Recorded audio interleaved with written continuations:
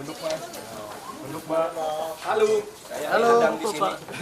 Ayo, mau tanya apa sebelum saya berangkat?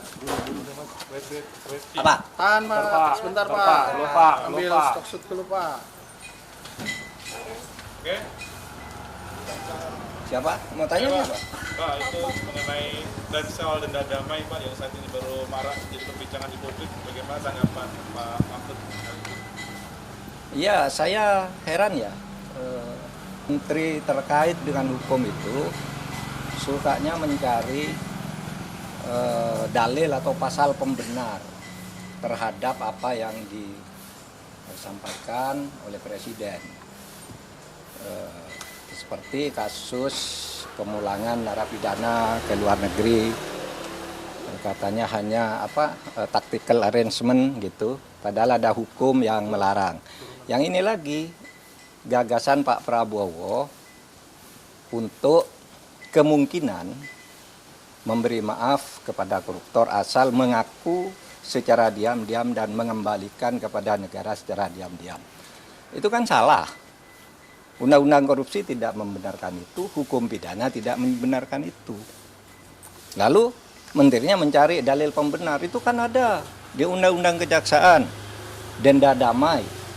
Denda damai itu hanya untuk tindak pidana ekonomi sesuai dengan undang-undang tentang bea cukai, undang-undang perpajakan dan undang-undang kepabeanan. Nah, di situ kalau ada orang melanggar pajak atau bea cukai, itu tawar-menawar dulu. Oh, kamu seharusnya bayar 100 miliar, kok hanya membayar 95. Nah, sekarang yang 5 ini dikalikan berapa? Itu namanya denda damai. Dan itu jelas. Ada mekanismenya, yaitu dibuat oleh instansi terkait, dalam hal ini Kementerian Keuangan, lalu minta izin Kejaksaan Agung. Minta izin Kejaksaan Agung, jelas tuh prosedurnya, angkanya jelas, tidak diam-diam. Nah, sekarang dinaikkan kewenangan ini, Jaksa Agung boleh menerapkan denda damai tanpa usul dari instansi terkait. Tetapi itu tetap tuh undang-undang tindak pidana ekonomi, yaitu untuk kepabeanan, untuk pajak, dan untuk tadi bea cukai. Itu diatur di dalam pasal 35 Undang-Undang Kejaksaan Agung yang terbaru.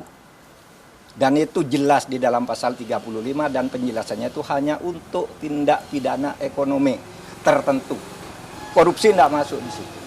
Oleh sebab itu, menyongsong tahun baru nih, mari ke depannya jangan suka cari-cari pasal untuk pembenaran, itu bahaya. Nanti setiap ucapan Presiden ditarikan dalil untuk membenarkan, itu tidak bagus cara kita bernegara. Kita hukum seperti apa yang akan timbul ketika denda damai ini dipaksa diterapkan? Ya enggak tahu, kalau saya sih membayangkannya nanti akan banyak orang korupsi, diam-diam sesudah akan ketahuan mengaku. Gitu kan? Sesudah akan ketahuan mengaku. Kan Pak Prabowo inginnya sebenarnya ya, agar aset negara tidak hilang. Asset recovery namanya kalau itu di konvensi PBB. Itu dibenarkan aset recovery itu. Tetapi yang termudah agar tidak terjadi diam-diam penyelesaiannya. Dulu saya sudah pernah mengusulkan loh. Tahun 2001 ketika saya Menteri Kehakiman, lalu saya tulis lagi usul itu di dalam buku saya yang terbit tahun 2003. Judulnya Setahun Bersama Gus Dur. Mari kita maafkan aja gitu, tapi terbuka. Seperti yang dilakukan oleh Afrika, jangan diam-diam gitu. Nah, ini diam-diam gimana caranya? Siapa yang bertanggung jawab? Lapor kepada siapa yang mengumumkan siapa? Apakah yang bersangkutan minta damai itu mau diumumkan namanya? Nah, kalau tidak diumumkan, tidak transparan, tidak ada yang tahu bahwa itu melanggar atau tidak. Tapi kalau diumumkan, ya lewat pengadilan aja. Dan salah kalau mengatakan undang-undang untuk mengembalikan aset itu tidak ada jalannya. Kalau mau ya undang-undang perampasan aset diberlakukan aja, undang-undang perampasan aset yang sudah dituju oleh DPR sama pemerintah dulu, tapi lalu macet di DPR. Itu saja diundangkan, itu lebih gampang ya, undang-undang perampasan aset itu kan bisa dilakukan begitu. Oke. Prof Mahfud menilai bahwasanya apa yang disampaikan oleh Menteri Hukum itu salah kaprah, Prof. Saya kira bukan salah kaprah, salah beneran. Kalau salah kaprah itu biasanya sudah dilakukan, terbiasa meskipun salah. Ini belum pernah dilakukan kok. Mana ada korupsi diselesaikan secara damai? Itu korupsi baru, namanya kolusi. Kalau diselesaikan secara damai, dan itu sudah sering terjadi kan? Diselesaikan diam-diam antar penegak hukumnya yang ditangkap. Kalau menyelesaikan diam-diam, kan banyak tuh yang terjadi. Jaksa, polisi, hakim masuk penjara kan mau menyelesaikan diam-diam. Iya toh? Itu sama aja. Oke. Pak Andi Apa kan ada menyinggung sedikit soal turunan dari undang-undang kejaksaan. Ini apakah ada kaitan? Ya itu yang saya katakan tadi itu menyebut undang-undang kejaksaan itu salah. Undang-undang kejaksaan itu mengatur tentang itu di dalam pasal 35 yang menyatakan bahwa dalam hal-hal tertentu Jaksa Agung boleh menerapkan denda damai di mana sebuah kasus itu tidak diadili asal ada perdamaian tentang jumlah yang dibayar. Itu pasal 35 menyebut bahwa itu hanya untuk tindak pidana ekonomi. Lihat aja pasal 35 itu tindak pidana ekonomi itu ada 3. Kepabeanan, perpajakan, dan apa tadi? Dan bea cukai. Hanya itu yang boleh. Kalau korupsi lain tidak boleh, tidak pernah ada dan tidak boleh ada. Tapi terserah aja, nanti lihat aja akibatnya akan lari semua orang koruptor diam-diam, kalau mau ketahuan baru ngelapor, minta damai, dan kita tidak tahu siapa yang mendamaikan. Kan gitu.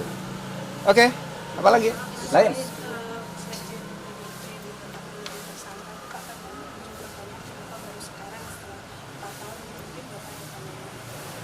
Enggak, saya tidak punya pandangan. Itu wewenang KPK, wewenang penegak hukum.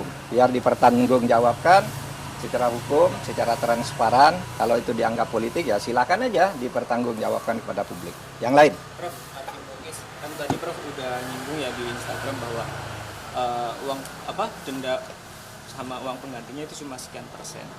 Dan pidana penjaranya juga sangat kecil ya gitu. Dari konstruksi hukum yang 300 triliun korupsi merugikan negara gitu. Iya, saya merasa itu menusuk rasa keadilan masyarakat ya. Ini baru pertama ada orang didakwa bukan diduga, didakwa melakukan tindak pidana korupsi dan tindak pidana pencucian uang sebesar 300 triliun. 300 triliun. Lalu tuntutannya hanya 12 tahun. Dengan uang yang tadi 300 triliun itu dikembalikan hanya 210 miliar, ditambah denda 1 miliar. Itu sungguh menusuk rasa keadilan. Karena apa? 6,5 tahun itu kok kecil sekali bagi orang yang menggarung kekayaan negara. 300 triliun hanya diambil 210. Lalu ada yang mengatakan, Pak itu 300 itu kan potensi. Bukan potensi. Itu sudah disampaikan bahwa itu kerugian keuangan negara, bukan kerugian perekonomian negara. Kalau kerugian perekonomian negara itu potensi. Termasuk gaji, termasuk apa gitu yang diduga merugikan perekonomian. Ini uang negara menurut Jampitsus Febri Diansah. Resmi pada waktu itu malah menyebut ini bukan kerugian ekonomi negara tapi keuangan negara. Artinya uang konkret yang dicuri dari negara. Sesudah dihitung lagi jadi 300 triliun. Hanya dikabulkan perampasannya 210 ditambah denda 1 miliar berarti 211. Ini sungguh tidak adil. Coba Anda ambil contoh Beni Cokro. Hukumannya seumur hidup, asetnya dirampas. Ratusan miliar oleh Kejaksaan Agung. Henry Surya, semula dibebaskan di pengadilan negeri. Kita tidak terima. Langsung kasasi atau dituntut lagi dari kasus lain. Naik. Ya. Si Henry Surya ini semula bebas, kita langsung ke kasasi menjadi 18 tahun penjara. Hartanya juga diambil. Sudah disita oleh kepolisian lebih dulu. Atau Surya Darmadi. Itu divonis hitungan kerugian nih ekonomi nih, yang ekonomi nih bahkan. Hitungan ekonomi negara rugi 39 triliun. Dituntut oleh jaksa 39 triliun dengan denda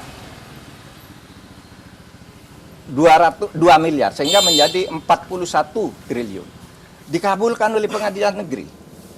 Tetapi naik banding tetap kena 2 triliun. Hanya uang kecil loh, kena 2 triliun. Ini 300 triliun kena hanya 250 miliar. 250 miliar dari 300 triliun itu berapa?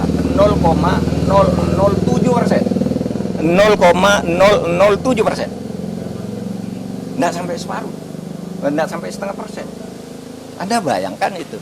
Nah, oleh sebab itu, menurut saya, kejaksaan nampaknya kurang konsisten juga. Mengapa menyebut dakwaan 30, kok kemudian tuntutannya 250? Kan terlalu jauh, meskipun sudah dihitung ulang oleh pengadilan, terlalu jauh itu. Berarti kalau dari 350 jadi ini berarti seluruh dakwaannya itu agak hoax, gitu ya, agak tidak tepat. Nah itu supaya diingat bahwa kita mau mengembalikan aset sekaligus memberikan hukuman yang setimpal. Apapun alasannya, itu hukum yang berlaku dan itu sudah didiskusikan lah soal denda damai, soal kembalian aset sudah didiskusikan semua dan sudah ada undang-undangnya di tempat kita. Apalagi? Di kasus itu masih ada cara untuk memulihkan rasa keadilan itu, Prof? Ada. Kalau Kejaksaan Agung mau konsisten ada dong. Karena dulu pernah terjadi pada Henry Surya. Terjadi pada Yan Darmadi. Ketika hanya mau didenda, kami usul ini pengadilan, kena kan 2 triliun dan penjara 16 tahun. Nah, kalau ini mau dilakukan, bisa naik banding lagi. Tapi tetap aneh bagi saya kalau dakwaannya 300%, bisa naik banding lagi. Kalau dibanding kasasi lagi, bisa PK lagi. Tapi sementara selama ini, kan belum inkrah semuanya. Itu masih bisa dilakukan. Meskipun kasus ini kan agak aneh ya. Ada unsur politisnya kan. Ketika ditetapkan si Harvey itu sebagai tersangka, kan ada berita kantor Kejaksaan Agung dikepung, ya kan? Lalu Jaksa Agung memberi penjelasan diintervensi oleh Brimob atau apa gitu kan, Jaksa Agung ngomong di televisi ya. Lalu analisis di luar itu sebenarnya bukan penangkapan terhadap mafia nikel, tetapi apa? Itu upaya pergantian penguasa mafia sehingga yang lama dihantam agar ganti gitu. Tapi hukumannya tidak sungguh-sungguh. Analisis itu pernah muncul. Saya baca itu dari pernyataan terbuka Pak Ansat Mbai, mantan kepala BNPT ya waktu itu. Dulu zaman saya Menhan dulu dia kepala BNPT, tapi dia berbicara dalam konteks ini Pak, ini kan hanya pergantian aja. Sehingga kelihatannya tidak sungguh-sungguh atau takut. Nah ini tantangan, tahun baru ini tantangan. Anda mau bersikap apa terhadap ini? Apalagi?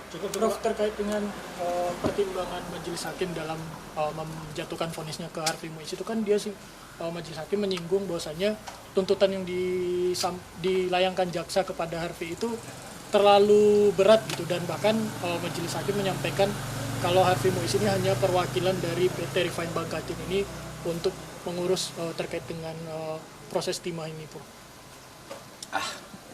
Ya, pertimbangan bisa dicari-cari, apalagi pertimbangannya karena katanya sopan. Mana ada orang diadili tidak sopan? Semua orang diadili pakai jilbab, pakai sarung, pakai ini. Itu enggak bisa karena punya anak. Semua maling punya anak. Kalau mau membebaskan orang, menurut saya yang dibebaskan maling-maling kecil dulu. You tahu enggak? Berapa jumlah penghuni penjara? Catatan saya ketika saya menjadi Menko Polhukam di tahun terakhir. Penghuni penjara di Indonesia adalah 263.000 orang. 50% lebih itu narkoba, korban kejahatan narkoba. Yang koruptor itu tidak sampai 0,5%. Dari 263.000 itu hanya 1.290 atau 1.300 orang. Itu tidak sampai 0,5%. Kenapa kok ini yang diistimewakan? Yang pencuri ayam, korban narkoba, orang membunuh istrinya karena istrinya selingkuh, orang karena ditipu, orang membakar karena kalap gitu. Kenapa tidak itu aja yang dibebaskan kalau alasannya biar penjara penuh gitu?